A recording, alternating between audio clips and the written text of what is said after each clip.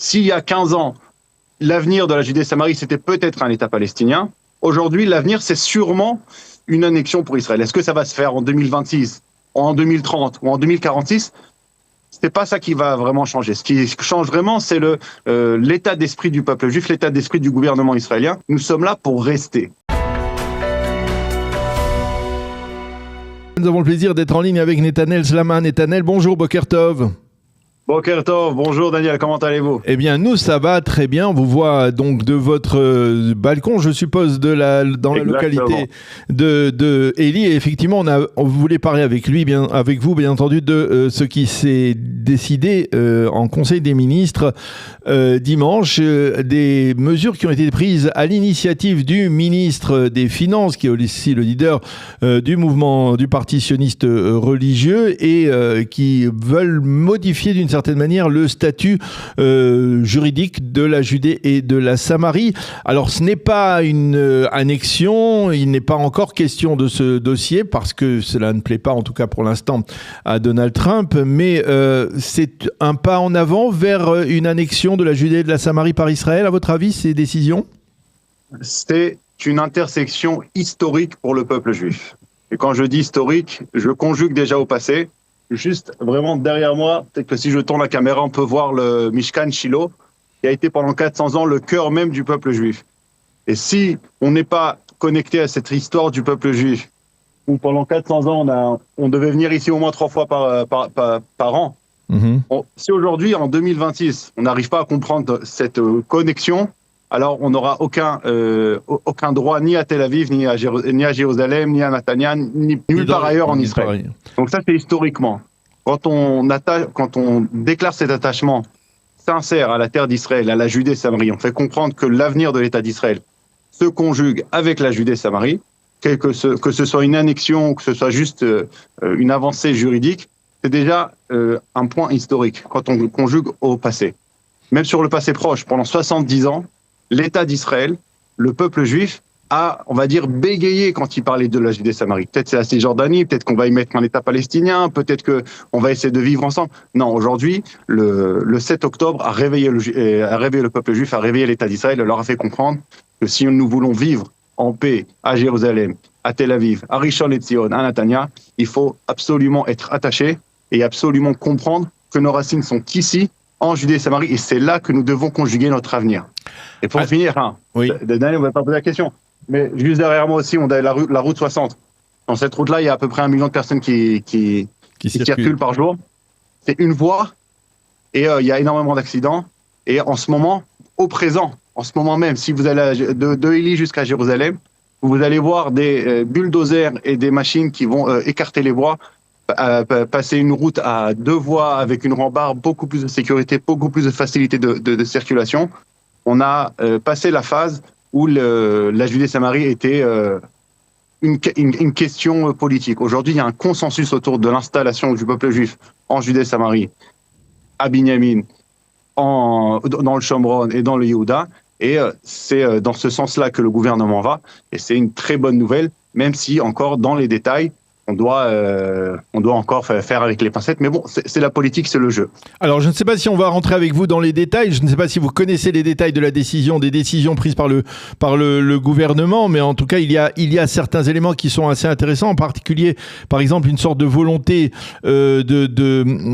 d'asseoir plus solidement, on va dire, la souveraineté israélienne sur des lieux saints comme le caveau des patriarches, comme le tombeau de Rachel à Bethléem, qui bénéficie d'un statut un peu, on va dire, un peu bâtard, et maintenant le statut est consolidé autour donc d'une forme de souveraineté israélienne.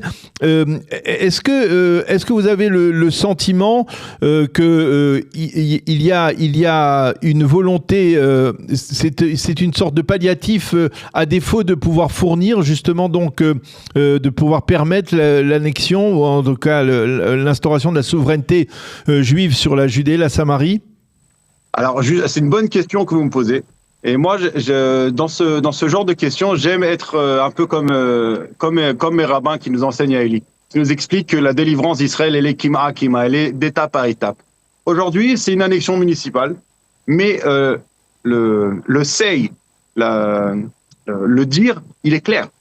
Le dire, il est clair, on est là pour rester. S'il y a 15 ans, l'avenir de la Judée-Samarie, c'était peut-être un État palestinien, aujourd'hui, l'avenir, c'est sûrement une annexion pour Israël. Est-ce que ça va se faire en 2026, en 2030 ou en 2046 ?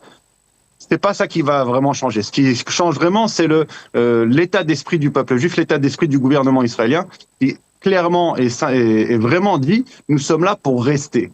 Nous sommes là vraiment pour rester. Et après, s'il y a un problème technique, l'annexion en elle-même, c'est pas forcément quelque chose qui est à 100% positif. Vous imaginez si maintenant on doit faire entrer aussi toutes les régulations et tout ce que le droit israélien demande pour aller acheter une maison. Oui. Ça va peut-être simplifier quelque chose, mais ça risque de compliquer d'autres choses. Quand vous allez parler avec Baruch Marzeh, je sais pas si vous avez l'invité une fois à Kalida, il va vous dire, moi à Hebron, j'ai pas besoin de toutes les institutions de l'État. Je vais avec le général de la division, on fait un deal ensemble, il me donne une maison en échange, je lui donne autre chose, et c'est comme ça qu'on arrive maison par maison.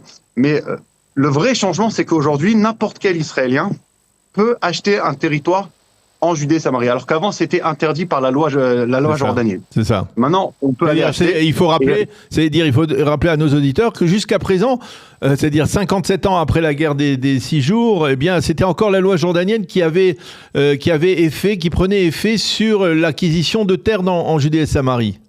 Exactement, et on peut maintenant aussi s'inscrire, on va bientôt avoir des cadastres, on va pouvoir s'inscrire vraiment. Donc il y a vraiment un aspect juridique, c'est vraiment historique. Et juste une idée, par exemple, si vous allez me poser c'est quoi la prochaine étape, moi je pense qu'il faudrait faire peut-être un projet de loi, et c'est juste mon idée à moi, je l'ai eu hier avant d'aller dormir, c'est de recenser tous les attentats qui sont sortis de Judée-Samarie, de créer une fondation où on fait participer les Juifs du monde entier, on fait participer l'État d'Israël, et on fait avec cette fondation, on va racheter les territoires de là où les terroristes sont sortis pour aller faire des attentats, pour aller faire couler du sang juif.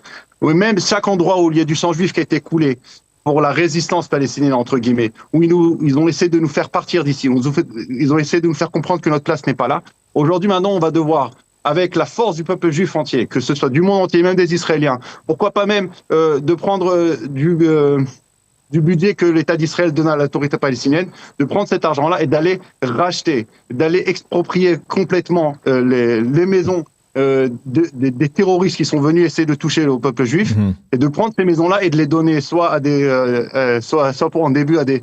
je sais pas. Commencer par les acheter, parce que c'est le message qu'il faut donner. Le message du 7 octobre qu'il faut donner aux Palestiniens, c'est de leur expliquer, vous êtes venus dans notre sommeil, vous êtes venus nous sortir de chez nous, vous êtes venus nous montrer qu'on n'avons pas notre place ici, et ben maintenant vous allez comprendre que notre place elle est là et qu'on est là pour rester. C'est ça l'avenir. Enfin, en tout cas, c'est un rêve que j'ai eu avant d'aller dormir. Je ne sais pas si ça va se faire, mais ça pourrait être une bonne idée en tout cas. Alors peut-être c'est une idée que Bezalel Smotrich pourrait récupérer au vol, parce que quelque part, on va dire, est-ce que vous êtes d'accord que ces changements intervenus dans la réalité en Judée et Samarie au cours des 3 dernières années, ils sont dus beaucoup à l'initiative de Bezalel Smotrich, le leader du parti sioniste religieux et le ministre des Finances, qui a aussi un portefeuille au sein du ministère de la Défense, et ce n'est pas pour rien. Alors vous savez, quand il y a eu la coalition qui s'est formée en 2022, on a levé un peu les sourcils, on se demande qu'est-ce que Smotrich demande à être au ministère des Finances et aussi avoir un siège au ministère de la Défense. On n'a pas vraiment compris, on n'a pas tout compris. Et au final, au fur et à mesure du temps, on a vu que Smotrich demande une réforme au Minal Ezrachi, c'est-à-dire tout ce qui est la gestion civile de la Judée-Samarie par l'armée, et on voit qu'il y a un changement. Moi je le vois, ce changement. Si, juste derrière moi, c'est Givat Harel, on a dû construire et faire des travaux nuit et jour parce qu'on avait peur de la prise de mandat de Biden et qu'il fallait faire rapidement. Aujourd'hui, derrière moi, on a un autre endroit, Givat Haroé, là, juste là, qui est en train de construire entre 100 et 200 nouvelles maisons. Donc aujourd'hui, c'est carte blanche pour l'implantation en Israël. Vous prenez la route 60, vous voyez comme des champignons qui poussent, des implantations juives avec une tente, quelques brebis et quelques moutons, et qui prennent des terrains, des territoires secs qui appartiennent. On avait parlé de ça la dernière fois, c'était les Naharei Gvaot. Aujourd'hui, on n'a plus peur d'affirmer complètement notre attachement et notre avenir en terre d'Israël. Et évidemment que si le gouvernement israélien n'est pas pro à ça, n'est pas proactif dans ce sens-là, alors ça sert à rien, ça sert à rien de sortir de chez soi. Et là, on le voit vraiment que au bout de 3 ans de politique, au bout de 3 ans où l'État d'Israël nous pousse vers ça, alors c'est une expansion totale. Et Baruch Hashem, et faut pas ouvrir la paix au diable, mais on voit que ces derniers temps, le terrorisme baisse en Judée-Samarie parce que justement, il y a une présence juive et israélienne dans à peu près tous les recoins de la Judée-Samarie. Est-ce que c'est exact de dire que de facto, le développement de la Judée-Samarie, tel qu'il a été enclenché par Bezalel Smotrich, il a profité, on va dire, du fait que la communauté internationale était focalisée sur la bande de Gaza en particulier ou sur le sud du Liban? Vous savez, c'est l'histoire qui nous dira qu'est-ce qui a apporté à quoi. L'histoire, on est bientôt à Purim. L'histoire de Purim, elle s'est passée sur 12 ans. Est-ce qu'on allait vraiment comprendre que c'est le fait que Mordechai, il est sauvé à Achashverosh qui fasse en sorte que c'est au final Mordechai qui prend la place d'Haman? C'est l'histoire qui nous le dira. Et quand on racontera cette histoire à nos enfants et à nos petits-enfants, alors on pourra leur dire oui, effectivement, peut-être, c'est le 7 octobre qui a réveillé le peuple juif. C'est l'attention qui était tournée vers Gaza qui nous a permis de plus s'implanter en Judée-Samarie. Ça pourrait être peut-être complètement autre chose. Quelque chose qui viendra de nulle part ailleurs, mais ça on laisse Hachem, on laisse Akadosh Baruch Hu nous diriger dans la bonne direction. Alors un dernier mot, puisqu'on est sur les ondes de Kalita, il y a beaucoup d'aliyah de France dans Yehuda Shomron cette dernière année, on va dire en 2025. Alors je ne sais pas si en 2025, il faut demander à mon voisin Shalom Var, le champion de l'aliyah de groupe, mais je sais qu'à Ariel il y a eu beaucoup d'aliyah. En tout cas, ce qui est sûr, c'est que si avant on allait voir des Français leur dire venez à Eli, venez à Shiloh, venez à Yakir, ils nous regardaient, ils disaient attends, moi je suis venu en Israël, je suis pas venu pour faire de la boxe. Aujourd'hui, ils comprennent qu'il y a de la place en Judée-Samarie, que leur place est là, qu'il y a tout ce qu'il faut pour les accueillir comme il faut. Donc il y a des Français. Pas comme avant, il y a 20 ans quand j'étais à Eli, il y avait beaucoup plus de Français, je le ressentais beaucoup plus. Aujourd'hui, il y a aussi des Israéliens. Il y a un consensus israélien. Bientôt, il y aura des orthodoxes qui vont venir s'installer près de chez nous. On est vraiment rentré dans le consensus israélien. Et l'Alia aussi fait partie du consensus israélien. Depuis le premier jour de la création de l'État d'Israël jusqu'à aujourd'hui, à part pendant la Corona, toujours l'État d'Israël a su recevoir de l'Alia. Le fait de faire venir les Juifs du monde entier, c'est dans la déclaration d'indépendance d'Israël, c'est l'essence même de l'État d'Israël, c'est d'apporter un abri sûr pour le peuple juif qui vient du monde entier. Donc évidemment, on dit aux Haolim, venez à Eli, venez en Israël, l'important c'est que vous soyez là parmi nous et avec nous. Eh bien, Netanel Slama, merci beaucoup d'abord de nous avoir fait partager votre splendide panorama de votre balcon de Eli, et puis de nous avoir donc expliqué clairement les changements, on va dire presque tectoniques, qui sont en train de se produire en Judée et en Samarie autour de cette décision prise par le gouvernement israélien de modifier le statut juridique de la Judée et de la Samarie, sans pour l'instant donc entreprendre une forme d'annexion ou de souveraineté juive sur ces deux régions historiques. Merci beaucoup, Netanel, d'avoir été avec nous ce matin. Bonne continuation, à bientôt. Merci à vous aussi, bonne journée.